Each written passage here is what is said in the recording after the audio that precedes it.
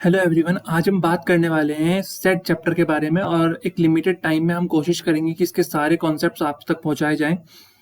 तो देखिए, basically set का मतलब क्या होता है। ये जो वर्ड है सेट, ठीक है, इसका क्या मतलब है इसको समझते हैं। देखो, जब हम सेट की बात करते हैं तो सेट होता है एक well defined collection of objects. ढेर सारे ऑब्जेक्ट्स का एक वेल डिफाइंड कलेक्शन जो होता है उसी को हम सेट बोलते हैं। अब इसे एक एग्जांपल से समझते हैं। जैसे इंग्लिश अल्फाबेट्स होते हैं हमारे पास। इंग्लिश अल्फाबेट्स कितने होते हैं? 26। इसमें से कुछ वोवल्स होते हैं और कुछ कॉन्सोनेंट्स होते हैं। अब अगर मैं आपको बोलता हूं कि आप एक काम करो, आप सारे वोवल्स को एक जगह इकट्ठा कर दो, तो जितने भी वोवल्स होते हैं, कौन कौन से वोवल्स होते हैं? ए, ई, आई, ओ, यू, ये क्या होते हैं? हमारे वोवल्स होते हैं। तो इनको हमने एक जगह पे लिख दिया, तो इनका जो कलेक्शन है वो क्या कहलाएगा? सेट कहलाएगा। ऐसे ही अगर मैं सारे कॉन्सोनेंट्स को एक जगह लिख देता हूं, कौन कौन से? सी, ठीक है, बी, सी, डी, एफ, ऐसे ही जेड तक अगर मैं सारे कॉन्सोनेंट्स को एक साथ लिख दूं तो ये भी क्या कहलाएगा? एक सेट कहलाएगा। तो बेसिकली सेट क्या होता है? सेट एक कलेक्शन होता है ऑब्जेक्ट्स का, एक वेल डिफाइंड कलेक्शन होता है जिसको हम डिफाइन कर सकें, ठीक है, एक ऑब्जेक्ट्स का। हमेशा ध्यान रखना है, सेट जब भी हम लिखते हैं तो हमेशा एक कर्ली ब्रैकेट के अंदर सेट को लिखा जाता है। सेकंड चीज जो ध्यान रखनी है वो ये है कि सेट को हमेशा एक कैपिटल लेटर से रिप्रेजेंट किया जाता है, ठीक है। जैसे मैंने यहाँ पे इस वाले सेट को, वोवल्स वाले सेट को किससे रिप्रेजेंट कर रखा है? कैपिटल ए से रिप्रेजेंट कर रखा है। मैंने यहाँ पे कॉन्सोनेंट्स वाले सेट को कैपिटल बी से रिप्रेजेंट कर रखा है। तो ध्यान रखना है, सेट्स को हमेशा ये ऐसा नहीं कहूंगा हमेशा, ठीक है, कंपलसरी है, लेकिन यूजुअली जनरली ये एक कैपिटल लेटर से ही डिनोट किया जाता है, ठीक है। अब जैसे एक और सेट में लिख रहा हूं, यहां पर एग्जांपल दे रखा है कि एक और सेट है कि 1, 2, 3, 4 और 5 इस सेट के अंदर नंबर्स हैं, ठीक है। 1, 2, 3, 4, 5 जो नंबर्स हैं वो इस सेट के अंदर हैं। तो बेसिकली ये जो सेट है इसको हम एक और नाम दे देते हैं, इसको हम ए डैश नाम दे देते हैं। तो ए डैश एक सेट है जिसके अंदर कौन कौन से एलिमेंट है? 1, 2, 3, 4, 5 एलिमेंट्स हैं, ठीक है। तो ये जो एलिमेंट्स है ना, ये इस ए सेट से बिलोंग कर रहे हैं ना, तो इसको हम इस तरह लिख सकते हैं कि 1 बिलोंग्स टू ए डैश, ठीक है, 2 belongs to A dash. Similarly ऊपर अगर हम देखें तो ये जो ई है ये किससे बिलोंग कर रहा है? ये ए सेट से बिलोंग कर रहा है, तो हम लिख सकते हैं e belongs to A set. Similarly अगर मैं बी की बात करूं तो B belongs to capital B set, है ना। इस तरह से हम लिख सकते हैं। अब यहां पर एक वर्ड और आता है जो कि है कार्डिनल नंबर। इसको समझना ध्यान से, ठीक है। कार्डिनल नंबर क्या होता है? बेसिकली उस सेट में जितने भी एलिमेंट्स होते हैं वही उसका कार्डिनल नंबर कहलाएगा, ठीक है। क्या बोला मैंने? कि सेट में जितने भी एलिमेंट्स होंगे वही उसका कार्डिनल नंबर कहलाएगा। सो इतनी इंफॉर्मेशन बेसिक सेट के बारे में ध्यान रखनी है। सेट क्या होता है? एक वेल डिफाइंड कलेक्शन होता है ऑब्जेक्ट्स का। और सेल, ये जो सेट होता है ना, इसको हम दो फॉर्म में रिप्रेजेंट करते हैं। एक होती है सेट बिल्डर फॉर्म और एक होती है रोस्टर फॉर्म। और हम दोनों ही फॉर्म्स को अब कवर करने वाले हैं, ठीक है। रोस्टर फॉर्म भी पढ़ेंगे और सेट बिल्डर फॉर्म भी पढ़ेंगे क्या होती है। उससे पहले एक चीज मैं बताता हूं कि ये चीज बहुत बेसिक सी चीज है कि अगर कहीं पे कैपिटल एन लिखा हुआ होता है इसका मतलब होता है set of all natural numbers, ठीक है। अगर कहीं पे जेड लिखा हुआ होता है उसका मतलब होता है set of all integers. Q का मतलब होता है set of all rational numbers. R का मतलब होता है set of all real numbers. और जेड प्लस का मतलब होता है set of all positive integers, ठीक है। सिमिलरली जेड माइनस जो हो जाएगा वो हो जाएगा set of all negative integers, ठीक है। ऐसे ही अगर यहाँ पे क्यू प्लस की बात की जाए तो क्यू प्लस क्या हो जाएगा? Set of all positive rational numbers, ठीक है। इतना ध्यान रखना है। चलिए अब हम बात करते हैं, एक एग्जांपल लेते हैं और देखते हैं कि कौन सा इनमें सेट है और कौन सा नहीं है, और अपना आंसर को हम जस्टिफाई भी करेंगे, डोंट वरी, ठीक है। अब जैसे यहां पर अगर हम ध्यान से देखें तो बोल रखा है the collection of all the months of a year beginning with letter J. तो क्या ये सेट होगा? ठीक है, the collection of all the months of a year beginning with letter J. तो चलो चेक करते हैं, ठीक है। तो ये एक सेट मान लेते हैं और इस सेट में वो सारे मंथ आएंगे जो जे से शुरू हो रहे हैं। तो कौन कौन सा आएंगे? सबसे पहले अगर हम बात करें तो जून आएगा, ठीक है, जून आएगा, फिर जुलाई आएगा। इसके अलावा कोई और मंथ जो जे से शुरू होता हो? ये होता है ना, जनवरी होता है, ठीक है, जनवरी, फरवरी, मार्च, अप्रैल, मई, जून, जुलाई, अगस्त, सितंबर, अक्टूबर, नवंबर, दिसंबर। तो ये 3 मंथ ऐसे होते हैं जो जे से शुरू होते हैं। तो इसका मतलब ये जो हमारा पहला वाला है ये तो सेट है क्योंकि इसको हम डिफाइन कर सकते हैं, ठीक है ना। सेकंड है the collection of 10 most talented writers of India. क्या ये सेट होगा? The collection of 10 most talented writers of India, क्या ये सेट होना चाहिए? ये सेट नहीं होना चाहिए, ठीक है, ये सेट नहीं होना चाहिए। अब हम जस्टिफाई करते हैं क्यों। देखो, इंडिया में बहुत सारे राइटर्स हैं। अब मेरी नज़र में कोई टैलेंटेड है, वो आपकी नज़र में नहीं हो सकता है आपकी नज़र में जो टैलेंटेड राइटर है वो मेरी नज़र में टैलेंटेड नहीं है ना। सबका अपना पॉइंट ऑफ व्यू है, तो इसको हम डिफाइन नहीं कर सकते। इसलिए तो हमने सेट में बोला था कि set is a collection of well defined objects, ठीक है, collection of well defined object जिसको हम डिफाइन कर सकें। अब जो most talented writers of India, इसको हम डिफाइन कर सकते हैं। अब किसी की नज़र में टैलेंट कोई किसी चीज से देखता है, कोई टैलेंट को किसी चीज से मेजर करता है ना। मेरी नजर में कोई और राइटर टैलेंटेड होगा, आपकी नजर में कोई और टैलेंटेड होगा, तो इसको हम वेल डिफाइंड नहीं है ये, तो ये सेट नहीं कहलाएगा। सिमिलरली थर्ड पार्ट को अगर हम देखें, a team of 11 best cricket batsman of the world, ठीक है, वर्ल्ड के जो टॉप 11 बेस्ट बैट्समैन है क्रिकेट में, उनका सेट बनाना है। क्या ये सेट होगा? नहीं होगा। क्यों? क्योंकि मेरी नज़र में कोई प्लेयर बेस्ट बैट्समैन है, आपकी नज़र में कोई और होगा। तो अगर हम 10 बंदों को खड़ा करते हैं और उन्हें बोलते हैं आप सेट बनाओ, तो सब अलग अलग सेट बनाएंगे, क्योंकि सबको अपने अपने अलग अलग सोच है सबकी, ठीक है। किसी की नज़र में कोई क्रिकेट अच्छा प्लेयर है, किसी के नज़र में कोई और क्रिकेट बैट्समैन अच्छा प्लेयर है ना, तो ये भी सेट नहीं होगा हमारा। नेक्स्ट आ जाएगा the collection of all boys in your class. क्या ये सेट होगा? Collection of all boys in your class, तो बिल्कुल सेट होगा, ठीक है, ये सेट होगा। आपकी क्लास में जितने भी बॉयज हैं उन सबके नाम आप यहाँ पे लिख देंगे और वो सेट बन जाएगा। अब अगर किसी भी बच्चे से पूछा जाए, किसी दूसरी क्लास के बच्चे से, कि इस क्लास में जितने भी लड़के हैं क्या उनका सेट बनाया जा सकता है, तो सबके सेट सेम ही होंगे, ठीक है, तो ये तो हमारा सेट होगा। देन है the collection of all natural numbers less than 100, तो ये भी हमारा सेट होगा, ठीक है, क्योंकि 100 से नीचे जितने भी नेचुरल नंबर्स होते हैं वो फिक्स्ड हैं। ऐसा नहीं है ना किसी की नज़र में कोई नेचुरल नंबर है, किसी और की नज़र में कोई और नेचुरल नंबर है, ऐसा तो नहीं है ना, सबकी नज़र में नेचुरल नंबर सेम ही होते हैं, तो ये भी हमारा क्या है? सेट है। नेक्स्ट है a collection of novels written by the writer Munshi Premchand. तो मुंशी प्रेमचंद ने जितनी भी नॉवेल्स लिखी हैं उनका जो कलेक्शन है, क्या वो सेट है? बिल्कुल सेट है, क्योंकि ऐसा तो नहीं कह सकते ना कि मैं बोल रहा हूँ कि ये मुंशी प्रेमचंद ने लिखी है और सामने वाला बंदा डिनाई कर दे कि नहीं ये तो किसी और राइटर ने लिखी है, ऐसा तो नहीं हो सकता ना। उनकी लिखी हुई बुक्स फिक्स्ड हैं, तो ये एक सेट है, ठीक है, तो ये भी क्या है? एक सेट है। अब हम बात करते हैं the collection of all even integers. क्या ये सेट है? The collection of all even integers, तो ये तो बिल्कुल सेट है, ठीक है, क्योंकि जितने भी इवन इंटीजर्स होते हैं सबकी नजर में सेम है, कोई ऑड इंटीजर को तो नहीं बताएगा ना इवन इंटीजर्स, तो ये भी सेट है। देन नेक्स्ट है the collection of questions in this chapter, तो ये भी सेट है, ठीक है, क्योंकि किसी चैप्टर में जितने भी क्वेश्चंस हैं वो फिक्स्ड हैं। अब कोई और ये तो नहीं बोलेगा ना कि नहीं ये क्वेश्चन नहीं है इसमें, बिल्कुल होगा, सामने दिखेगा, है ना, तो ये भी सेट है। तो इसीलिए हमने बोला set is a collection of well defined object, जिसको हम डिफाइन कर सकें, ठीक है, सबकी नजरों में जो चीज सेम रहे। नेक्स्ट हम बात करते हैं ऑर्डर ऑफ सेट्स। देखो, ऑर्डर ऑफ सेट को ही कार्डिनैलिटी बोलते हैं। क्या बोलते हैं? कार्डिनैलिटी। इसका मतलब होता है कि सेट के अंदर कितने एलिमेंट्स हैं। तो सेट के अंदर अगर 3 एलिमेंट्स होंगे तो वही उसका ऑर्डर हो जाएगा, सेट के अंदर 4 एलिमेंट्स होंगे तो वही उसका ऑर्डर हो जाएगा, सेट के अंदर 5 एलिमेंट्स होंगे तो वही उसका ऑर्डर हो जाएगा। तो ध्यान रखना, the order of a set defines the number of elements a set is having, और उसी को हम बोलते हैं कार्डिनैलिटी, ठीक है। अब हम बात करेंगे सेट को 2 फॉर्म में हम रिप्रेजेंट कर सकते हैं, एक होता है रोस्टर फॉर्म और एक होती है सेट बिल्डर फॉर्म। एक एक करके इनके बारे में बात करते हैं। चलिए देखिए, सबसे पहले बात करते हैं रोस्टर फॉर्म की। रोस्टर फॉर्म क्या होती है? देखो, रोस्टर फॉर्म में क्या होता है ना, सारे एलिमेंट्स को सिंपल लिख दिया जाता है, तो उसको हम बोलते हैं रोस्टर फॉर्म। जैसे एग्जांपल है कि the set of natural number less then 5, तो नेचुरल नंबर कौन कौन से होते हैं हमारे? 1 2 3 4 5 6 7 8 ऐसे चलते जाते हैं।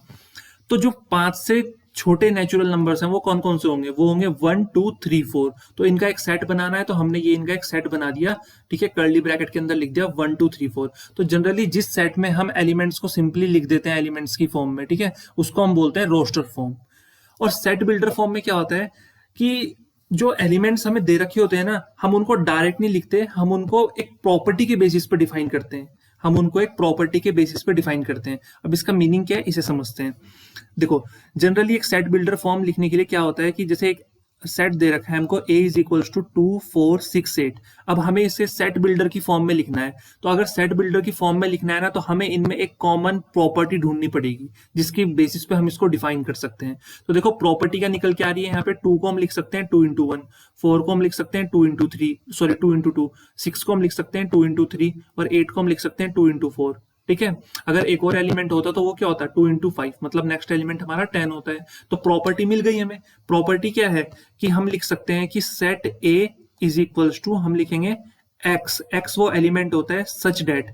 लिखने का तरीका समझना, सबसे पहले एक एलिमेंट को लिखेंगे हम, बेसिक एलिमेंट को, ठीक है, और वो एलिमेंट क्या होगा सच डेट, इसका मतलब होता है सच डेट, और वो एलिमेंट बराबर होगा ट्वाइस ऑफ एन के। और फिर हम बताएंगे ये एन क्या है, तो एन हमारा नेचुरल नंबर है। और अब देखो नेचुरल नंबर तो है, अब नेचुरल नंबर तो 5 भी होता है, 6 भी होता है, 7 भी होता है, तो वो तो हमने यहाँ यूज नहीं किए ना, हमने सिर्फ 1 2 3 4 को यूज किया है। तो यहाँ पर हमें एक और कंडीशन बतानी पड़ेगी कि n एक नेचुरल नंबर तो है और n की जो वैल्यू है वो 1 के बराबर या उससे बड़ी है और 4 के बराबर और उससे छोटी है। तो इस तरह से हमने इस वाले सेट को 2 4 6 8 को सेट बिल्डर फॉर्म में डिस्क्राइब कर दिया। तो बस प्रॉपर्टी निकालनी है, प्रॉपर्टी क्या है, ठीक है। अब इसके कुछ क्वेश्चंस करते हैं जिससे हमें प्रैक्टिस हो जाए कि रोस्टर फॉर्म और सेट बिल्डर फॉर्म को कैसे लिखा जाता है, ठीक है। चलिए सबसे पहले एक काम करते हैं, रोस्टर फॉर्म करते हैं, ये इजी है। तो सबसे पहला सेट दे रखा है a इज इक्वल्स टू, ये सेट बिल्डर फॉर्म में लिख रखा है, तो इसको हमें रोस्टर में कन्वर्ट करना है, और ऊपर वाली हमको रोस्टर में दे रखी है, उसको हमने सेट बिल्डर में कन्वर्ट करना है। तो पहले सेट बिल्डर से रोस्टर बनानी सीखते हैं।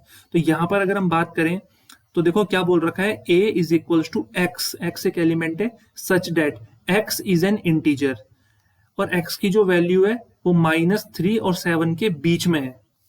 x की जो वैल्यू है वो -3 और 7 के बीच में है। तो देखो इसको अगर हमें सॉल्व करना है तो वैल्यूज क्या क्या हो जाएंगी, अब ध्यान देना। x एक इंटीजर है और x की वैल्यू -3 और 7 के बीच में है। देखो -3 और 7 इंक्लूडेड नहीं है, तो इनको हम एक्सक्लूड कर देंगे, ठीक है। तो इंटीजर है तो ये क्या क्या हो जाएंगे, -3 के बाद आता है -2, देन -1, देन 0, देन 1, देन 2, 3, 4, 5 और 6, 7 तो इंक्लूडेड नहीं है। तो ये हमारा सेट हो गया, ठीक है। नेक्स्ट सेट की अगर हम बात करें तो बोल रखा है बी, सॉरी ये बी है, बी सेट है, x such that x is a natural number less than 6। तो एक x नेचुरल नंबर है और जो कि 6 से छोटा है, तो नेचुरल नंबर 1 से शुरू होते हैं, तो सेट में हो जाएगा 1 2 3 4 और 5। तो ये हमारा सेट हो गया, ठीक है। तो ये हमने देखो सेट बिल्डर फॉर्म में गिवन था, ये सेट बिल्डर फॉर्म थी, और ये हमने रोस्टर फॉर्म में इसको कन्वर्ट कर दिया। अब ऊपर देखो, ऊपर बिल्कुल इसका रिवर्स है, सेट बिल्डर फॉर्म में कन्वर्ट करना है और रोस्टर फॉर्म गिवन है। तो देखो पहला क्वेश्चन क्या है, 3 6 9 12। सबसे पहले इनमें कोई रिलेशन देखना है। तो देखो रिलेशन तो बहुत सिंपल है, रिलेशन क्या है, मल्टीप्लाई हो रही है। रिलेशन क्या हो रहा है, देखो 3 लिख रखा है तो 3 कितना हो जाएगा 3 इंटू 1, फिर 9 कितना हो जाएगा 3 इंटू 2, ठीक है, फिर सॉरी 6 और 3 3 जा 9 और 3 4 जा 12, मतलब 3 की मल्टीप्लाई नेचुरल नंबर्स के साथ हो रही है, पहले 1 फिर 2 फिर 3 फिर 4।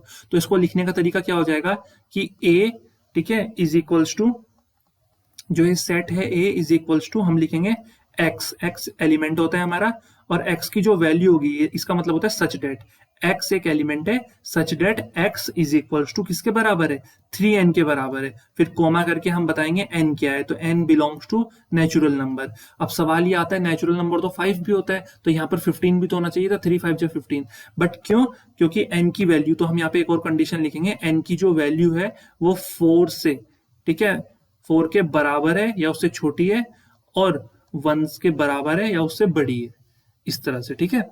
तो ये हमारा हो जाएगा सेट बिल्डर फॉर्म में। कितना इजी है देखो सेट बिल्डर फॉर्म में लिखना। अब नेक्स्ट क्वेश्चन है हमारे पास 2 4 8 16 32। अब इसको अगर हमें लिखना है 2 4 8 16 32, इसको हम बी सेट मान लेते हैं। तो रिलेशन ढूंढो। तो अब रिलेशन बहुत सिंपल है, रिलेशन क्या है, देखो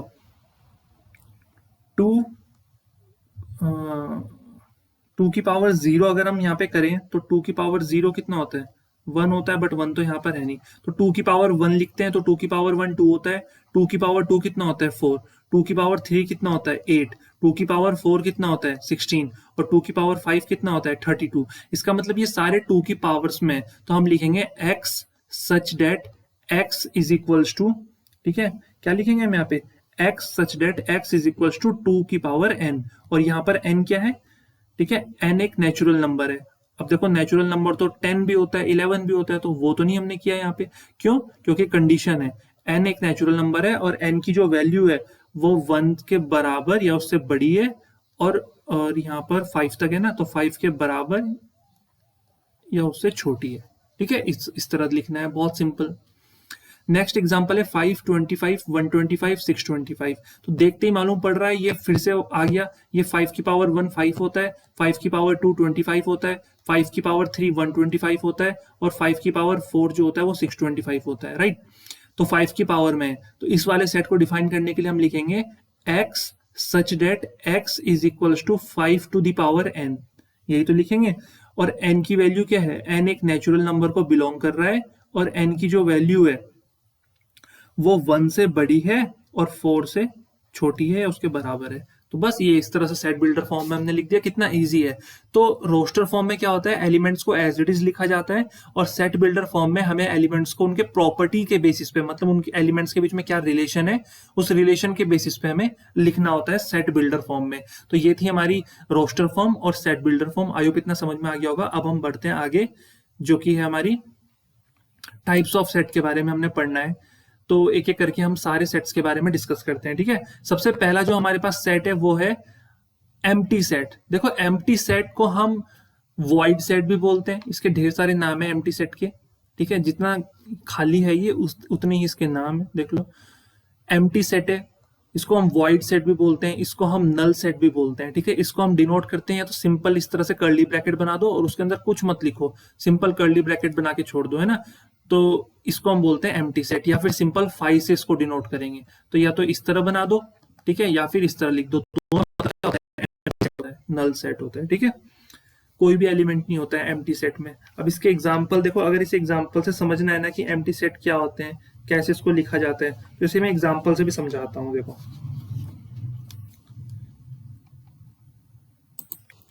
देखो एग्जाम्पल से समझते हैं। मैं बोल रहा हूँ कि एक सेट है ए, ठीक है, इसमें मैं कंडीशन लिख रहा हूँ कि x एलिमेंट है और x एक नेचुरल नंबर है, और कंडीशन मैंने दे रखी है x जो है वो 5 से बड़ा है और 6 से छोटा है। तो आप मेरे को बताओ कि कोई भी ऐसा नेचुरल नंबर है जो 5 और 6 के बीच में आ सकता है? नहीं आ सकता। इसका मतलब x की वैल्यू कुछ होगी ही नहीं, और x की वैल्यू अगर कुछ नहीं होगी तो इसको हम बोलेंगे एम्प्टी सेट, ठीक है, क्योंकि खाली सेट है। कहने को हमने बोल दिया है x नेचुरल नंबर है, लेकिन 5 और 6 के बीच में तो कोई नेचुरल नंबर आता ही नहीं है, ठीक है। 5.1, 5.2, 5.3 ये थोड़ी ना नेचुरल नंबर होते हैं, और कंडीशन हमने दे रखी है कि x नेचुरल नंबर ही है। तो इसका मतलब ये कौन सा सेट है, एम्प्टी सेट है, इसके अंदर कोई एलिमेंट नहीं आएगा। क्लियर है। अब हम बात करते हैं नेक्स्ट सेट की, जो है सिंगलटन सेट, या इसको हम सिंगल सेट भी बोलते हैं। देखो सिंगल सेट का मतलब एक ऐसा सेट जिसमें सिर्फ एक ही एलिमेंट है। जैसे एग्जांपल दे रखा है, there is only one apple in a basket of grapes, ठीक है, एक ग्रेप्स की बास्केट है और उसमें सिर्फ एक एप्पल रखा हुआ है, तो इसका मतलब सिर्फ एक ही एप्पल है, तो एक एलिमेंट है, सिर्फ एक ही सेट है, ठीक है। जैसे एग्जांपल ले लेते हैं, एक सेट दे रखा है मैंने इस तरह से, और ये सिर्फ एक एलिमेंट लिख दिया है 5, ठीक है, ये क्या हो गया, सिंगल सेट हो गया। या फिर एक और सेट मैंने लिया है, इसमें मैंने लिख रखा है बी, तो ये क्या हो गया, सिंगल सेट हो गया, इसको हम बोलते हैं सिंगलटन सेट, ठीक है। नेक्स्ट हमारा आता है फाइनाइट सेट। देखो फाइनाइट सेट का मतलब होता है एक ऐसा सेट जिसमें एक डेफिनेट नंबर ऑफ एलिमेंट्स, एक limited number of elements present हो, ठीक है। जैसे मैंने एक सेट बोला कि a set of natural numbers up to 10, ठीक है, एक नेचुरल नंबर का सेट बनाओ अप टू 10, तो कौन कौन से आ जाएंगे, 1 2 3 4 5 6 7 8 9 10, तो ये नेचुरल नंबर्स आ गए, तो ये कहलाएगा हमारा फाइनाइट सेट। नेक्स्ट अगर हम बात करें इनफाइनाइट सेट की, तो देखो इनफाइनाइट सेट क्या हो जाएगा। इनफाइनाइट सेट एक ऐसा सेट होता है जिसमें इनफाइनाइट नंबर्स आ सकते हैं। जैसे मैंने बोला अ set of all natural numbers, तो यहाँ पर मैंने कोई कंडीशन नहीं रखी अप टू विच नंबर, ठीक है, मैंने बोला set of all natural number, तो 1 से शुरू हो जाओ, 1 2 3 4 5 6 7 8 और एक अनलिमिटेड वैल्यू तक चले जाओ, ठीक है, एक इनफाइनाइट वैल्यू तक चले जाओ, तो ये हो जाएगा हमारा इनफाइनाइट सेट। तो बहुत बेसिक सा डिफरेंस है फाइनाइट और इनफाइनाइट सेट में, आई होप क्लियर हो गया होगा। अब हम बढ़ते हैं आगे नेक्स्ट टॉपिक पे, जो कि है इक्विवेलेंट सेट। देखो दो सेट आपस में, देखो यहाँ पर ना बहुत बच्चे कंफ्यूज होते हैं इक्विवेलेंट सेट और इक्वल सेट में। देखो इक्विवेलेंट सेट क्या होते हैं कि जब दो सेट हैं और उन दोनों के जो नंबर ऑफ एलिमेंट्स हैं, एलिमेंट्स की संख्या है वो बराबर है, तो उन सेट्स को हम बोलते हैं इक्विवेलेंट सेट। अब देखो मेरे को बताना, एक सेट है A इज इक्वल्स टू 1 2 3 4 और एक सेट है B, ये हमें दे रखा है A B C D, तो क्या ये इक्विवेलेंट सेट्स होंगे? तो देख लो कि A सेट में जितने एलिमेंट्स है, इसका मतलब होता है number of elements in set A। ये देख लो क्या ये number of elements in set B के बराबर हैं या नहीं है। अगर ये दोनों बराबर है इसका मतलब ये इक्विवेलेंट सेट है। ये क्या है? इक्विवेलेंट सेट है। तो इक्वल सेट क्या होते हैं फिर? तो इक्वल सेट के लिए ये जरूरी है कि उनके पास सेम एलिमेंट होने चाहिए। जैसे एक सेट मान लो यहाँ पे दे रखा है 1 2 3 4 और एक सेट दे रखा है B 4 3 2 1, ठीक है। ऑर्डर से मैटर नहीं करता है कि वो आगे पीछे भी लिखे होंगे तो भी चल जाएगा, बट एलिमेंट सेम होने चाहिए। तो देखो यहाँ पर मैंने n ऑफ a नहीं लिखा, यहाँ पे मैंने exactly a is equals to b लिखा। तो इसका मतलब क्या होता है कि number of elements of a is equals to the number of elements in b, और इसका मतलब क्या होता है कि जो a के एलिमेंट्स है वही b के भी एलिमेंट्स होने चाहिए, भले ही ऑर्डर आगे पीछे हो जाए लेकिन एलिमेंट्स वही वही होने चाहिए। तो देखो यहाँ पर क्या है 1 2 3 4, तो यहाँ पर भी क्या है 4 3 2 1, तो ऑर्डर भले ही अलग है लेकिन एलिमेंट्स जो है वो सेम है, तो इनको हम बोलते हैं इक्वल सेट। तो बहुत बेसिक सा डिफरेंस होता है इक्विवेलेंट सेट और इक्वल सेट में, ठीक है। नेक्स्ट हम बात करते हैं डिसजॉइंट सेट की। तो डिसजॉइंट सेट्स क्या होते हैं? देखो दो सेट ले लो, एक सेट है A और एक सेट है B, इनको हम डिसजॉइंट सेट तब बोलते हैं जब इनके बीच में कोई भी एलिमेंट कॉमन नहीं होता। देखो यहाँ पर सेट्स जो है ना वो नाम से ही क्लियर होते जा रहे हैं, joint set, disjoint set, equal set, है ना। अब डिसजॉइंट सेट मतलब जिनके बीच में कोई भी चीज कॉमन ना हो। तो दो सेट A और B डिसजॉइंट तब कहलाते हैं अगर उनके बीच में कोई भी कॉमन एलिमेंट नहीं होगा। तो जैसे एक सेट है सेट A 1 2 3 4 और एक सेट है B, इसमें एलिमेंट्स कौन से हैं 5 6 7 8, तो क्या A और B में कोई एलिमेंट कॉमन है? नहीं है, तो ये कहलाएंगे डिसजॉइंट सेट्स। क्या कहलाएंगे? डिसजॉइंट सेट्स, ठीक है। नेक्स्ट हमारे पास एक टॉपिक आता है जो है सबसेट्स। देखो ये थोड़ा इंपॉर्टेंट टॉपिक है, ठीक है, इसे थोड़ा ध्यान से समझेंगे सबसेट क्या होते हैं। देखो लेट से एक सेट है A, ये B का सबसेट तब कहलाएगा अगर A के अंदर के सारे एलिमेंट्स B के अंदर होंगे, ठीक है, तब ये A का सबसेट कहलाएगा। और इसको हम डिनोट करते हैं इस तरह से A, और फिर इस तरह से डिनोट करते हैं कि A is a subset of B, ठीक है। अब देखो एक चीज ध्यान रखना, नल सेट जो होता है ना वो हर एक सेट का सबसेट होता है, क्योंकि हर एक सेट के अंदर नल सेट जरूर होगा, ठीक है। नल सेट का मतलब कुछ भी नहीं, तो कुछ भी नहीं तो हर सेट के अंदर होगा।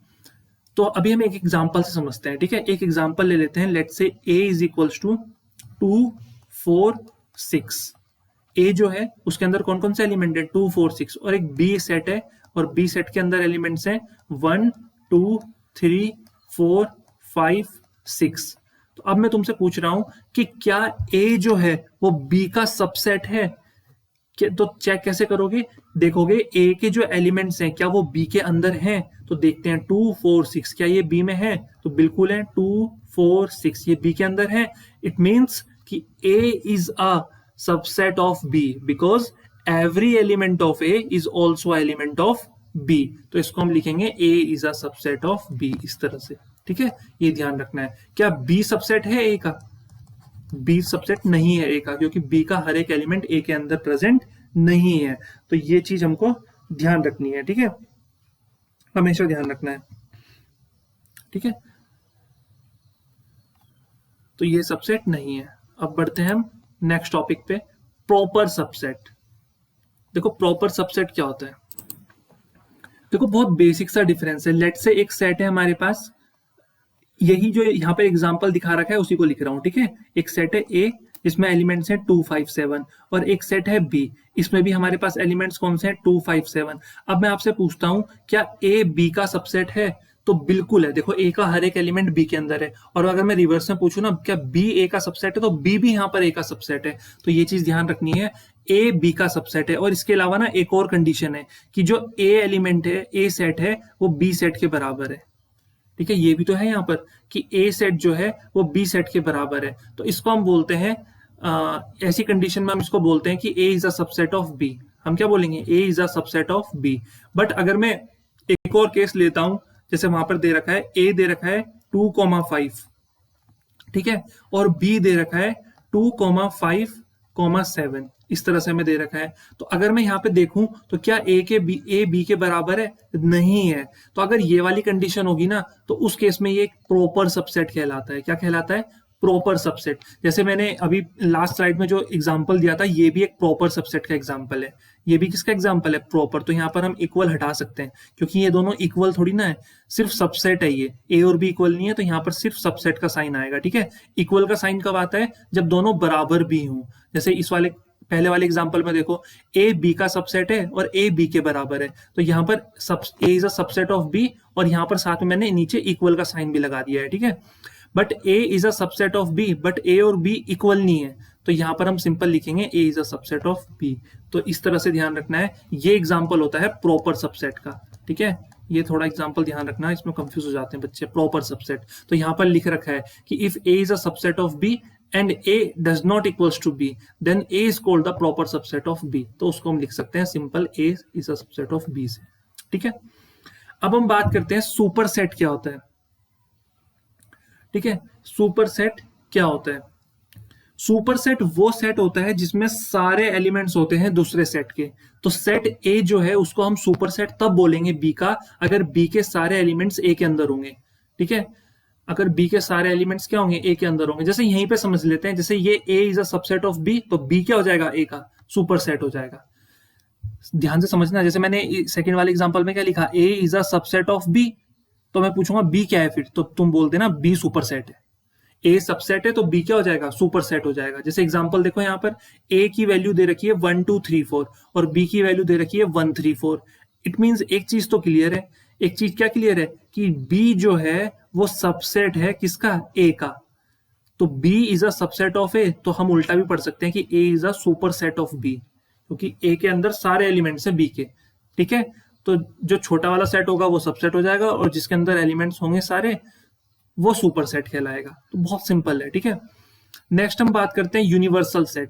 देखो, यूनिवर्सल सेट एक ऐसा सेट होता है जिसमें बाकी सारे सेट्स के एलिमेंट्स प्रेजेंट होते हैं। जैसे एक सेट दे रखा है हमको ए, इस ए सेट में कौन कौन से एलिमेंट है? 1 2 3, और एक सेट दे रखा है बी, और इस बी सेट में कौन कौन से एलिमेंट है? 2 3 4 5। तो इन दोनों के लिए अगर मेरे को एक यूनिवर्सल सेट बनाना पड़ जाए, देखो ए में कौन कौन से एलिमेंट है? 1 2 3, और बी में कौन कौन से एलिमेंट है? 2 3 4 5। तो अगर मेरे को एक यूनिवर्सल सेट बनाना है, मतलब एक ऐसा सेट जिसमें इन दोनों के एलिमेंट्स प्रेजेंट हो, तो पहले ए के एलिमेंट लिखो 1 2 3, फिर बी के एलिमेंट्स भी जोड़ दो। अब 2 3 ऑलरेडी लिखे जा चुके हैं, तो 4 5। अब देखो, ये कहलाता है यूनिवर्सल सेट, और इसको हम डिनोट करते हैं कैपिटल यू से। तो अगर हम इसको ध्यान से देखें तो इसमें ए के एलिमेंट्स भी हैं सारे, और इसमें बी के सारे एलिमेंट्स हैं, तो ये कहलाएगा universal set, and it is denoted by capital you. किससे डिनोट करते हैं इसको? कैपिटल यू से डिनोट करते हैं। ये चीज ध्यान रखनी है। ठीक है। सो आई होप इतना क्लियर हो गया होगा। अब हम बढ़ते हैं थोड़ा आगे, और नेक्स्ट सेट काफी इंपॉर्टेंट सेट जो कि है हमारा पावर सेट। इसको समझते हैं, पावर सेट क्या होता है। देखो, एक सेट जो बाकी सारे एलिमेंट्स के सबसेट्स को कंटेन करता है उसको हम बोलते हैं पावर सेट। ठीक है। जिसमें इसे एग्जांपल समझते हैं। ठीक है। डेफिनेशन में जाते हैं, एग्जांपल से समझेंगे। तो देखो, एक एग्जांपल लेते हैं। एक एग्जांपल है, एक सेट है ए, और इसके अंदर दो एलिमेंट्स हैं ए कोमा बी। तो इस ए सेट के जितने भी सबसेट्स बन सकते हैं, उन सारे सबसेट्स का जो कलेक्शन होगा उसी को हम बोलते हैं पावर सेट। ठीक है। सबसे पहले तो हम ए सेट के जितने भी सबसेट्स बन सकते हैं वो निकालते हैं। तो पहला सबसेट क्या बन सकता है? ए। दूसरा सबसेट क्या बन सकता है? बी। तीसरा सबसेट क्या बन सकता है इसका? A B. और चौथा सबसेट तो एक फाई तो सबका सबसेट होता ही है। ठीक है। इसे लिखें या फिर ऐसे लिखें, एक ही बात है। ठीक है। तो पावर सेट ऑफ ए अगर हमें लिखना है, ठीक है, पावर सेट ऑफ ए, तो ये क्या हो जाएगा? कलेक्शन हो जाएगा सारे सबसेट्स का। तो पहला सबसेट क्या है? फाई। दूसरा सबसेट क्या है? ए। तीसरा सबसेट क्या है? बी। और चौथा सबसेट क्या है? A B. तो सारे सबसेट्स का जो कलेक्शन होता है उसी को हम बोलते हैं पावर सेट। क्या बोलते हैं? Power set. Collection of all the subsets, उसको हम बोलते हैं पावर सेट। ठीक है। इसे एक और एग्जांपल से समझते हैं तो फिर ये और बेटर क्लियर हो जाएगा। तो एक सेट है हमारे पास ए, इसके अंदर एलिमेंट्स है हमारे पास 1 2 और 3। तो हमें एक सेट दे रखा है ए जिसके एलिमेंट्स है 1 2 3, और हमें इसका पावर सेट बताना है। इसका पावर सेट बताओ क्या होगा। तो पावर सेट का मतलब होता है इस ए सेट के जितने भी सबसेट्स पॉसिबल है ना, उन सबका कलेक्शन। तो देखो फाइव तो सबका सबसेट होता ही है, मैंने बताया था, ठीक है। फाइव जो है वो हर एक सेट का सबसेट होता है। फिर आएगा 1, ठीक है, फिर आएगा 2, फिर आएगा 3, फिर आएगा 1 2 का कलेक्शन, फिर आएगा 2 3 का कलेक्शन, फिर आएगा 1 3 का कलेक्शन, और फिर आएगा 1 2 3 का कलेक्शन। तो सारे सबसेट्स बन गए। देखो ए सेट के सारे सबसेट्स थे, और इन सारे सबसेट्स का जो कलेक्शन है उसको हम बोलते हैं पावर सेट। क्या बोलते हैं? Power set. तो आई होप इतना क्लियर हो गया पावर सेट क्या होता है, ठीक है। अब हम चलते हैं ऑपरेशन ऑन सेट्स पे, कि अगर हम सेट के ऊपर कोई ऑपरेशन करते हैं तो किस तरह से करते हैं। अब ये ऑपरेशन वाला नहीं है डॉक्टर वाला कि सेट को काट दिया बीच में से, ठीक है। यहाँ पर हम कुछ प्रॉपर्टीज अप्लाई करेंगे और सीखेंगे यूनियन क्या होता है, इंटरसेक्शन क्या होता है, इन सब चीजों के बारे में डिस्कशन करेंगे, ठीक है। चलिए देखो, सबसे पहले हम बात करेंगे यूनियन ऑफ सेट्स की। तो अगर हमें दो सेट दे रखे होते हैं और हमें उनकी यूनियन बनानी है, तो यूनियन का मतलब होता है उनके सारे एलिमेंट्स, उनके सारे एलिमेंट्स। देखो एक सेट है ए और एक सेट है बी, यूनियन का मतलब होता है सेट ए और बी, ये पूरा, ठीक है। तो अगर एक सेट दे रखा है हमको 1 2 3, एक सेट क्या दे रखा है 1 2 3, और एक सेट हमको दे रखा है 4 5 6, 4 5 6। तो अगर मेरे को इनकी यूनियन निकालना है, मतलब ए यूनियन बी निकालना है, तो इसका मतलब होता है सारे एलिमेंट्स ए और बी के। तो 1 2 3 और बी के सारे एलिमेंट्स 4 5 6, तो ये कहलाएगा यूनियन, ठीक है। ये क्या कहलाएगा? यूनियन कहलाएगा। क्लियर हुआ? तो ए यूनियन बी किस तरह निकाला जाता है, ध्यान रखिएगा। और ये ए यूनियन बी का क्या होता है? वेन डायग्राम होता है। ये ए है और ये बी है, और यूनियन में सारा काउंट हो जाता है, ठीक है। तो ये हो गया हमारा यूनियन। अब हम बात करते हैं इंटरसेक्शन की। इंटरसेक्शन का मतलब होता है कॉमन पोर्शन। इंटरसेक्शन का मतलब होता है कॉमन पोर्शन। लेट्स से एक सेट है हमारे पास ए और एक सेट है हमारे पास बी, तो इंटरसेक्शन का मतलब होता है ये वाला पोर्शन, ठीक है। इसको हम डिनोट करते हैं ए इंटरसेक्शन बी से। तो एक सेट दे रखा है हमको 1 2 3, ठीक है। यहां पर ध्यान दो, एक सेट दे रखा है 1 2 3 और एक सेट दे रखा है 4 5 6। तो अगर हमें इन दोनों के बीच में इंटरसेक्शन निकालना है तो कितना आ जाएगा इंटरसेक्शन? 5, क्योंकि इन दोनों के बीच में तो कुछ भी कॉमन नहीं है, ये ध्यान रखना है। एक और एग्जाम्पल लेते हैं, एक एग्जाम्पल लेते हैं ए बी सी डी, और एक सेट लेते हैं बी, इसमें हम लेंगे डी ई एफ, ठीक है। तो अब हमें ए इंटरसेक्शन बी निकालना है। चलो बताओ दोनों सेट में क्या कॉमन है। तो दोनों सेट में देखो डी कॉमन है, तो डी जो है हमारा इंटरसेक्शन आ जाएगा इस तरह से, ठीक है। तो ए इंटरसेक्शन बी क्या आ गया? डी आ गया। सो ये होता है इंटरसेक्शन ऑफ सेट। तो I hope union of set समझ में आ गया होगा, इंटरसेक्शन ऑफ सेट समझ में आ गया होगा, ठीक है। इनके ऊपर जैसे जैसे प्रॉब्लम्स करते हैं सब चीजें क्लियर हो जाती हैं। नेक्स्ट हम बात करते हैं complement of a set. Complement of a set, देखो किसी भी सेट का कॉम्प्लीमेंट क्या होता है। देखो इसे सिंपल लैंग्वेज में समझते हैं। ये हमारा एक यूनिवर्सल सेट है, ये क्या है हमारा? एक यूनिवर्सल सेट है, ठीक है। अभी हमने डिस्कस किया था यूनिवर्सल सेट क्या होता है, और इसके अंदर एक सेट है ए। तो अगर कोई पूछता है ए कॉम्प्लीमेंट, मतलब ए सेट का कॉम्प्लीमेंट बताओ, तो ए सेट का कॉम्प्लीमेंट ये हो जाता है ए को छोड़ के बाकी सब। ए सेट का कॉम्प्लीमेंट क्या हो जाता है? ए को छोड़ के बाकी सब, ठीक है। जैसे लेट्स से एक यूनिवर्सल सेट है, एक यूनिवर्सल सेट है हमारे पास 1 2 3 4 5 6 7 8 9 10, ठीक है। और एक सेट है ए, तो ए सेट हमें दे रखा है 2 4 6 8, ये दे रखा है। तो अगर मैं बोलूंगा आपसे कि ए कॉम्प्लीमेंट बताओ क्या होगा, ए सेट का जो कॉम्प्लीमेंट है वो कितना होगा, तो ए को छोड़ के बाकी सब जो यूनिवर्सल सेट में है वो लिख दो। तो क्या क्या है? 1 3 5 7 9 10, तो ये कहलाएगा हमारा ए का कॉम्प्लीमेंट। क्या कहलाएगा? ए का कॉम्प्लीमेंट, ए को छोड़ के बाकी सब, ठीक है। ये चीज ध्यान रखनी है। इसकी कुछ प्रॉपर्टीज भी होती हैं कि अगर हम पी, यहाँ पे तो पी सेट लिख रखा है, हम ए से समझते हैं, ठीक है, कि अगर ए की यूनियन हम ए कॉम्प्लीमेंट के साथ करेंगे तो हमें यूनिवर्सल सेट मिल जाता है। अब आप ही बताइए कि अगर मैं इस शेडेड पोर्शन का यूनियन इस वाले सर्कल के साथ कर देता हूं तो पूरा कंप्लीट यूनिवर्सल सेट तो मिल जाएगा मेरे को, है ना। और अगर मैं ए का इंटरसेक्शन निकालता हूं एक कॉम्प्लीमेंट के साथ, तो मेरे को क्या मिलने वाला है 5, क्योंकि देखो ए सेट ये है और ए कॉम्प्लीमेंट का मतलब है इसको छोड़ के बाकी सब, तो इन दोनों में कुछ कॉमन थोड़ी ना आएगा। जैसे यहाँ पे एग्जांपल देखो, ए क्या है 2 4 6 8 और ए कॉम्प्लीमेंट क्या है 1 3 5 7 9 10, क्या ए और ए कॉम्प्लीमेंट के बीच में कुछ कॉमन आ रहा है? नहीं आ रहा है। इसका मतलब इन दोनों के बीच में जो इंटरसेक्शन होगा वो 5 हो जाएगा। ठीक है, नेक्स्ट है, अगर मैं ए कॉम्प्लीमेंट का कॉम्प्लीमेंट निकालता हूं तो वो वापस ए ही मिल जाएगा। सोच के देखो कि ए सेट था 2 4 6 8 और ए का कॉम्प्लीमेंट है 1 3 5 7 9 10। अब मैं ए कॉम्प्लीमेंट का भी कॉम्प्लीमेंट कर देता हूं, तो इसका मतलब है 1 3 5 7 9 10 को छोड़ के बाकी सब, तो क्या बचेगा 2 4 6 8। तो ये फिर से हमको क्या मिल गया? ए ही तो मिल गया, है ना। तो ए कॉम्प्लीमेंट का कॉम्प्लीमेंट क्या होता है? ए ही हो जाता है। ठीक है, तो ये ध्यान रखना है। क्लियर? सो आई होप इतना क्लियर हो गया होगा कॉम्प्लीमेंट सेट क्या होता है, पावर सेट क्या होता है। अब हम बात करते हैं कार्टेशियन प्रोडक्ट की। ठीक है, अच्छा डिफरेंस ऑफ सेट है ना, वही देख रहा था मैं। कार्टेशियन प्रोडक्ट की बात करते हैं। देखो कार्टेशियन प्रोडक्ट कैसे किया जाता है सेट्स का, देखो एग्जांपल से समझते हैं। जैसे यहाँ पर एग्जांपल दे रखा था, एक सेट दे रखा है हमको 1 2 3 और एक सेट बी दे रखा है बैट कॉमा बॉल। ठीक है, बोट बोल रहा हूँ। एक सेट दे रखा है ए, ठीक है 1 2 3 और एक सेट दे रखा है बी बैट कॉमा बॉल। तो हमें ए का Cartesian product A multiply B करना है, तो पहले क्या करना है, ए का एक एलिमेंट लेना है और इस एलिमेंट की मल्टीप्लाई पहले बैट के साथ करनी है, फिर बॉल के साथ करनी है। तो 1 कॉमा बैट 1 कॉमा बॉल। फिर सेकंड एलिमेंट लेना है 2, इसकी मल्टीप्लाई पहले बैट के साथ करनी है, फिर बॉल के साथ करनी है। तो 2 कॉमा बैट 2 कॉमा बॉल। फिर थर्ड एलिमेंट लेना है 3, इसकी मल्टीप्लाई पहले बैट के साथ करनी है, फिर बॉल के साथ करनी है। तो 3 कॉमा बैट 3 कॉमा बॉल, इस तरह से आ गया। ठीक है, इसे थोड़ा और डीप में समझते हैं हम। ठीक है,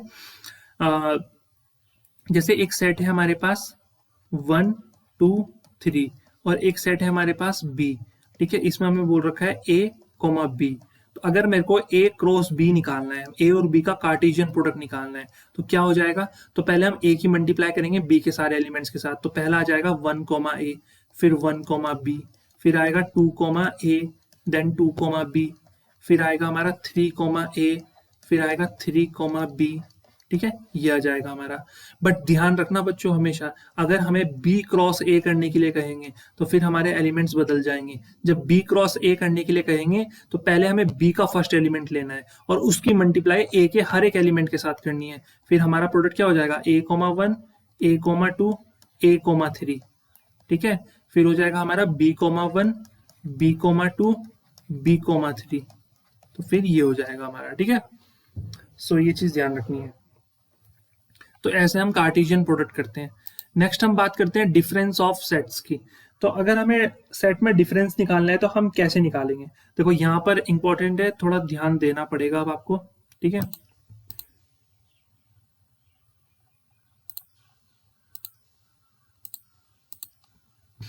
देखो लेट से एक सेट है ए जिसकी वैल्यूज दे रखी है 1 2 3 और एक सेट है बी जिसकी वैल्यूज दे रखी है 2 3 4 और हमें a माइनस बी निकालना है। तो इसे वेन डायग्राम से भी समझते हैं। एक सेट है a, ठीक है, और एक सेट है b।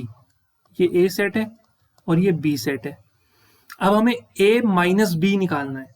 a माइनस बी क्या हो जाएगा? a में से b को हटा दो। तो a में से जैसे ही हम b को हटाएंगे हमारे पास ये वाला पोर्शन बचेगा, ये वाला पोर्शन। तो इस पोर्शन को हम कहते हैं a माइनस बी। क्लियर हुआ? और अगर हमसे कोई पूछेगा b माइनस ए, तो दो सेट है, एक सेट है a, एक सेट है b। अगर हमसे कोई पूछेगा b माइनस ए, तो b माइनस ए का मतलब होता है b में से a को हटा दो। तो b में से a को हटाएंगे तो सिर्फ b का ये वाला पोर्शन बचेगा। तो इसको हम बोलते हैं b माइनस ए। ठीक है, अब एक सेट हमें दे रखा है a 1 2 3 और एक सेट दे रखा है b 2 3 4। अब हमें a माइनस बी करना है। अब a माइनस बी, a में से b को हटा दो। तो a 1 2 3 है, इसमें से b को हटा दो, मतलब 2 3 4 को। तो जैसे यहाँ से 2 और 3 जाएंगे क्या बचेगा? 1 बचेगा। क्लियर हुआ? यहीं पे अगर हमसे पूछते b माइनस ए बताओ कितना होगा, तो b में से a को हटा दो। तो a क्या है यहाँ पर? 1 2 3। तो 1 तो है ही नहीं, लेकिन 2 3 है तो उनको हटा दो। तो बचेगा कितना? 4। तो यहाँ पर आंसर हो जाएगा 4। तो इस तरह से हम निकालते हैं डिफरेंस। तो ये चीज डिफरेंस में बहुत इंपॉर्टेंट है कि हम किस में से किसको माइनस कर रहे हैं। तो ये ध्यान रखना है, डिफरेंस निकालने के लिए अगर बोला जाएगा तो a माइनस बी पूछ रखा है या फिर b माइनस ए पूछ रखा है, इसका खास ख्याल रखना है। ठीक है, इसकी इस बात को ध्यान रखना है। क्लियर हुआ? अच्छा, एक एग्जांपल से हम और समझने की कोशिश करते हैं, ठीक है, मजा आएगा। एक एग्जांपल और लेते हैं, ठीक है। 2 3 4 5 6 7, थोड़ा सा दिमाग चलेगा, दौड़ेगा तुम्हारा। ये है हमारे पास 3 5 7 9 11 और 13। अब मैं आपसे दो क्वेश्चन पूछ रहा हूं, एक तो मेरे को a माइनस बी बताओ कितना होगा, और एक मैं पूछ रहा हूं b माइनस ए बताओ कितना होगा। तो a माइनस बी जब करना है तो a एलिमेंट लो पहले, ठीक है, a सेट देखो और b का हर एक एलिमेंट हटा दो उससे। तो b में क्या है, 3 है तो 3 हटा दो, b में 5 है 5 हटा दो, b में 7 है 7 हटा दो। अब बचा क्या है, 2 4 6, तो a माइनस बी आ जाएगा हमारा 2 4 6। अब b माइनस ए क्या होगा, तो b सेट लो और उसमें से a का हर एक एलिमेंट हटा दो। तो a में क्या है, 2 है, यहाँ तो 2 है ही नहीं। a में 3 है तो b का 3 हटा दो, a में 4 है b में 4 है ही नहीं, a में 5 है तो b का 5 हटा दो, a में 6 है यहाँ पर 6 नहीं है, a में 7 है ना तो इसका 7 हटा दो। बचेगा क्या, 9 11 9 11 13। तो ये हमारा आ गया b माइनस ए। क्लियर हुआ? तो इस तरह से हम a माइनस बी और b माइनस ए निकालते हैं, ठीक है। अच्छा, यहां पर ना एक टॉपिक और पूछा जाता है, वो टॉपिक है सिमेट्रिक डिफरेंस का। टॉपिक क्या है, सिमेट्रिक डिफरेंस का। तो उसको भी हम एक बार कवर कर लेते हैं। Symmetric difference of two sets, symmetric difference of two sets. तो इसको हम डिनोट करते हैं ए ट्रायंगल बी से, ठीक है। इसको लिखने का तरीका होता है सिमेट्रिक डिफरेंस, जो a माइनस बी आया है ना उसका यूनियन कर दो b माइनस ए के साथ। तो ये होता है symmetric difference between two sets. जैसे ऊपर वाला ही एग्जांपल ले लेते हैं, a माइनस बी कितना आया है 2 4 6, b माइनस ए कितना है 9 11 13। a सेट ये है, b सेट ये है, a माइनस बी ये आया है, b माइनस ए ये आया है। तो अगर हमें सिमेट्रिक डिफरेंस निकालना है दोनों सेट के बीच का, इन दोनों सेट का अगर हमें सिमेट्रिक डिफरेंस निकालना है, ठीक है, सिमेट्रिक डिफरेंस अगर निकालना है तो a माइनस बी लिखो, a माइनस बी क्या है 2 4 6, और इसका यूनियन कर दो b माइनस ए के साथ 9 11 13 के साथ। तो जो हमारा प्रोडक्ट बनेगा वो क्या बन जाएगा, 2 4 6 9 11 13। तो ये हमारा आ गया सिमेट्रिक डिफरेंस। क्या आ गया, ये सिमेट्रिक डिफरेंस आ गया दो सेट्स के बीच का। तो इस तरह से हम सॉल्व करते हैं सिमेट्रिक डिफरेंस को, ठीक है। सो आई होप इतना क्लियर हो गया होगा। अब हम चलते हैं law of algebra of sets के ऊपर, कि अगर हमें सेट्स को सॉल्व करना होता है तो हमें कुछ लॉज का ध्यान रखना होता है, ठीक है, जो कि बहुत इजी है। बच्चे क्या करते हैं, इनको रटना शुरू कर देते हैं। इनको रटो मत, समझो, देखो समझते हैं। डबल कॉम्प्लीमेंट, जैसा कि अभी मैंने बताया था कि अगर कहीं पे ए कॉम्प्लीमेंट है और उसका भी अगर हम कॉम्प्लीमेंट कर देते हैं तो फिर ए ही मिल जाता है। अब देखो ये डबल कॉम्प्लीमेंट वही है। अब है मिसलिनियस लॉ, ठीक है। इसे हम तो थोड़ा बाद में समझेंगे, पहले आइडेम्पोर्टेंट लॉ की तरफ चलते हैं। देखो आइडेम्पोर्टेंट लॉ क्या बोलता है कि अगर हम ए का इंटरसेक्शन ए के साथ कर रहे, तो ये तो कोई गधा भी बता देगा ना, अगर ए का इंटरसेक्शन ए के साथ कर रहे तो ए ही तो मिलेगा। ए और ए के बीच में क्या कॉमन होगा, ए ही, कंप्लीट ए कॉमन होगा, है ना। अगर हम ए का यूनियन कर रहे ए के साथ तो हमें ए ही तो मिलने वाला है। तो यही तो होता है आइडेम्पोर्टेंट लॉ।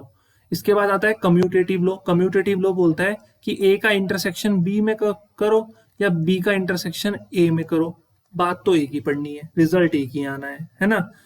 जैसे लेट से एक सेट हमें दे रखा है 1 2 और एक सेट हमें दे रखा है 2 3, इस तरह से, और मैं पूछता हूं कि ए इंटरसेक्शन बी कितना होगा, तो ए इंटरसेक्शन बी भी 2 होगा और बी इंटरसेक्शन ए भी तो हमारा 2 ही आएगा। दोनों में कॉमन तो सेम ही चीज होगी ना। तो ए इंटरसेक्शन भी बराबर होता है बी इंटरसेक्शन ए के, है ना। और यही हमारा क्या होता है, कम्यूटेटिव लॉ होता है कि A union B union A के बराबर होगा, ठीक है। ऐसे ही हमारे पास ये ढेर सारे लॉ है, एसोसिएटिव लॉ है, डिस्ट्रीब्यूटिव लॉ है, डी मॉर्गन्स लॉ है, ठीक है, मिसलिनियस लॉज है, कि अगर हम ए का इंटरसेक्शन करते हैं उसके कॉम्प्लीमेंट के साथ, ये ए के ऊपर इस तरह से बार, इसका मतलब होता है कॉम्प्लीमेंट, ठीक है। इसको हम ऐसे डैश से भी नोट करते हैं और बार भी लगा देते हैं।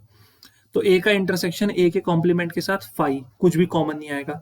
ए का कॉम्प्लीमेंट उसके यूनियन के साथ करेंगे तो यूनिवर्सल सेट आएगा। आप बना के देख सकते हो वेन डायग्राम में, बहुत ईजी है ना। ए का यूनियन अगर हम फाई के साथ करेंगे तो हमें ए ही मिल जाएगा एट लास्ट, है ना।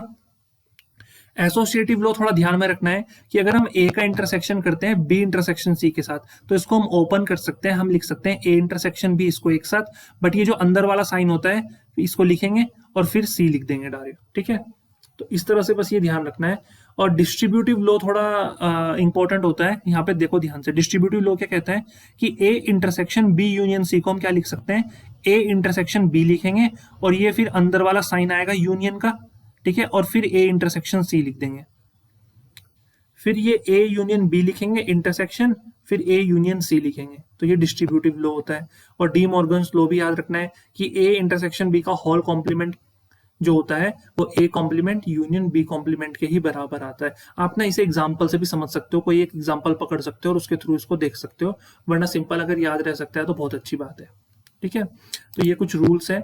और इसके अलावा सेट्स के जो वेन डायग्राम के क्वेश्चंस होते हैं उनको सॉल्व करने के लिए भी कुछ फॉर्मुलाज हैं, जैसे कि ए यूनियन बी का जो फॉर्मूला होता है जो मोस्टली यूज होता है वो ये है कि A union B is equal to n A plus n B minus n A intersection B. यहाँ पर एन का मतलब होता है नंबर ऑफ एलिमेंट्स, ठीक है, ध्यान रखना है। और अगर ए इंटरसेक्शन बी 5 है, मतलब कुछ भी कॉमन नहीं है, तो सिंपल है ए यूनियन बी जो हो जाएगा वो हो जाएगा n A plus n B, ठीक है। ये कुछ फॉर्मुलेज हैं जो ध्यान में रखना है, ठीक है, जो काम आ सकते हैं एग्जाम में। इसके अलावा कुछ और फॉर्मुलाज भी हमारे पास हैं जो हमारी बुक में गिवन है, उसकी मैंने एक पिक यहाँ पे पेस्ट कर दी है, आप नोट कर सकते हो इन फॉर्मुलाज को, ठीक है। 1 2 3 4, ठीक है, इस तरह से 9 फॉर्मुलाज हमें गिवन है, आप इनको याद कर सकते हो, ठीक है। और एग्जाम में अपना भी फॉर्मूले बनाए जा सकते हैं, इसके ऊपर पूरी एक डेडिकेटेड वीडियो वेन डायग्राम्स के ऊपर हम डाल देंगे, जिसमें कंप्लीट सिखाया जाएगा कि फॉर्मूलाज खुद से कैसे बनाए जाएंगे और खुद से फॉर्मूला बना के किस तरह से क्वेश्चन को कम टाइम में सॉल्व किया जाएगा, ठीक है। फिलहाल हम चलते हैं वेन डायग्राम के कुछ क्वेश्चन जो अभी हमने फॉर्मूला देखे इस पे कुछ क्वेश्चंस को प्रैक्टिस करने, जिससे हमें क्लियर हो कि अब अगर क्वेश्चन लैंग्वेज वाले आते हैं तो उनको किस तरह से सॉल्व किया जाता है, ठीक है। तो जो हमारा पहला क्वेश्चन है वो है, in a group of 800 peoples 550 can speak Hindi and 450 can speak English, then how many can speak both Hindi and English.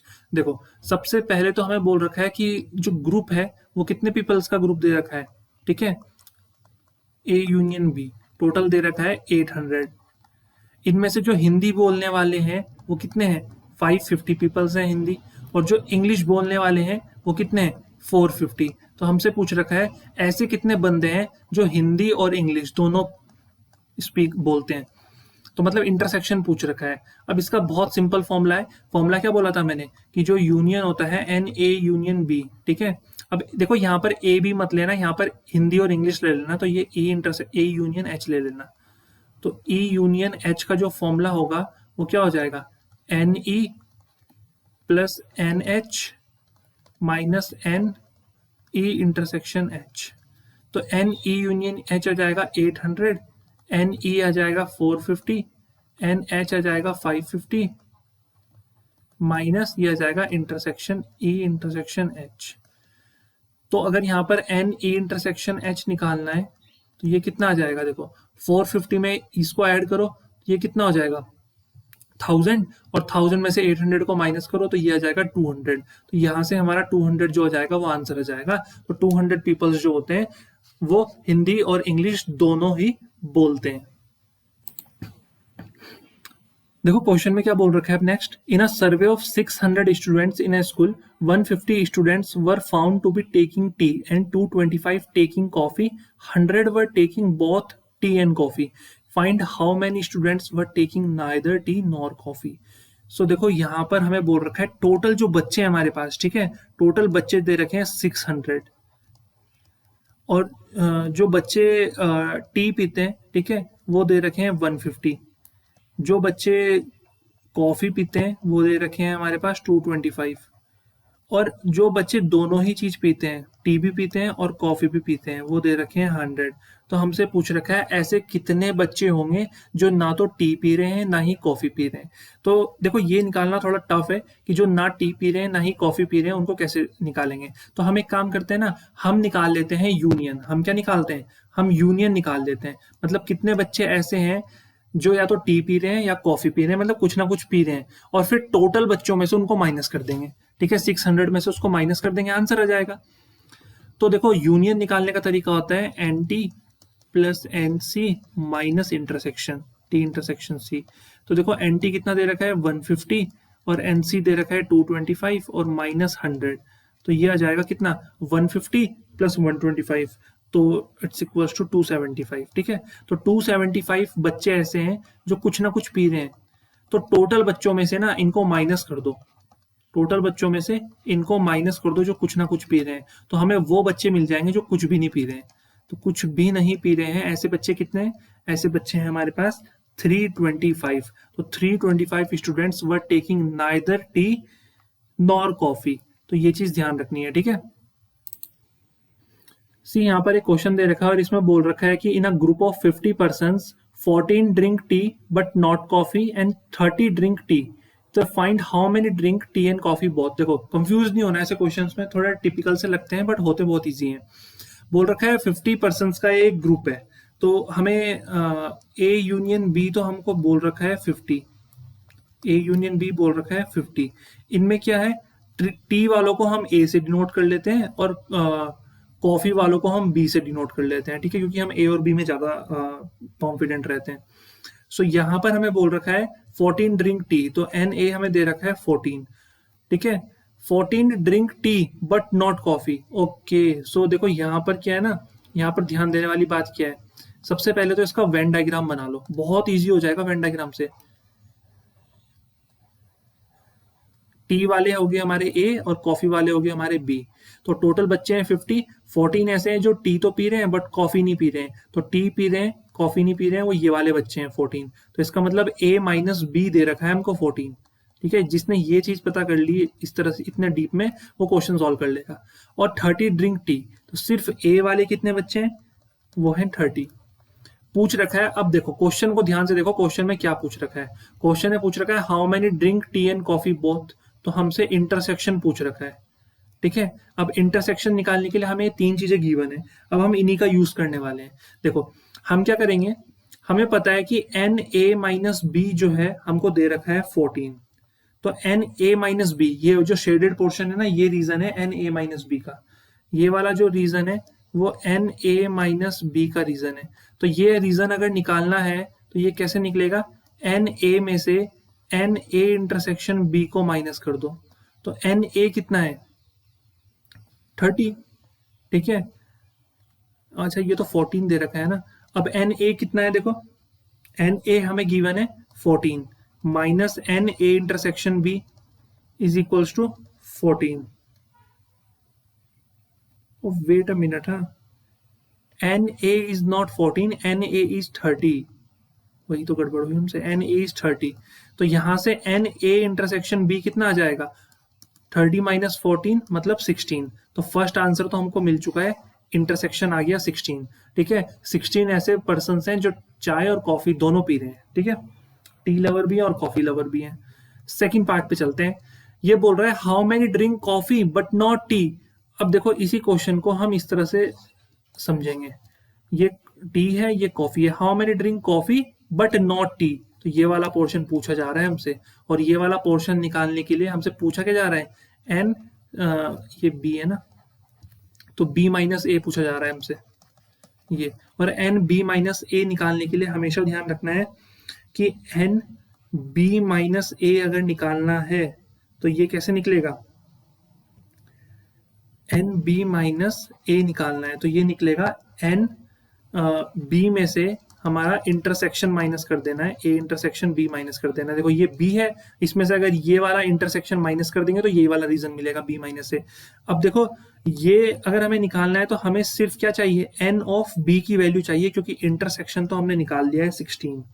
ठीक है, अब एन ऑफ बी कैसे मिलेगा, एन ऑफ बी के लिए हमें एक फॉर्मूला लगाना पड़ेगा कि n A union B is equals to n A plus n B minus n A intersection B. तो देखो यूनियन कितना दे रखा है क्वेश्चन में 50, ए कितना दे रखा है 30, बी कितना दे रखा है निकालना है। ठीक है, और इंटरसेक्शन कितना दे रखा है 16। तो इसको सॉल्व करो, 30 माइनस 16 कितना होता है 14, और 14 को उधर ले चलो माइनस हो जाएगा, तो एन बी कितना आ जाएगा 50 माइनस 14 कितना होता है 36, तो ये आ जाएगा 36। तो यहाँ से n B minus A we get 20। So 20% ऐसे हैं जो सिर्फ कॉफी पी रहे हैं, चाय नहीं पी रहे हैं, ठीक है, सिर्फ कॉफी लवर है। तो इस तरह से हम क्वेश्चंस को सॉल्व कर सकते हैं। सो आई होप इतना क्लियर हो गया होगा, ठीक है। एक ओवरव्यू इस चैप्टर का हमने कोशिश की है 1 आवर के अंदर अंदर इसको कंप्लीट करें, ठीक है। एग्जाम से पहले एक सॉलिड रिवीजन हो जाएगा सेट्स का। इसके ऊपर हम एक एक्सरसाइज वाले क्वेश्चंस भी जल्दी वीडियो लाएंगे, तो कमेंट करके बताना अगर आपके ऊपर इसके न्यूमेरिकल्स की कोई वीडियो चाहिए, तो हम उसके ऊपर पर्सनली न्यूमेरिकल्स पे फोकस करते हुए डेडिकेटेड वीडियो बनाएंगे उस पर। और अगर ये वीडियो अच्छी लगी तो please like, share and subscribe. Thank you.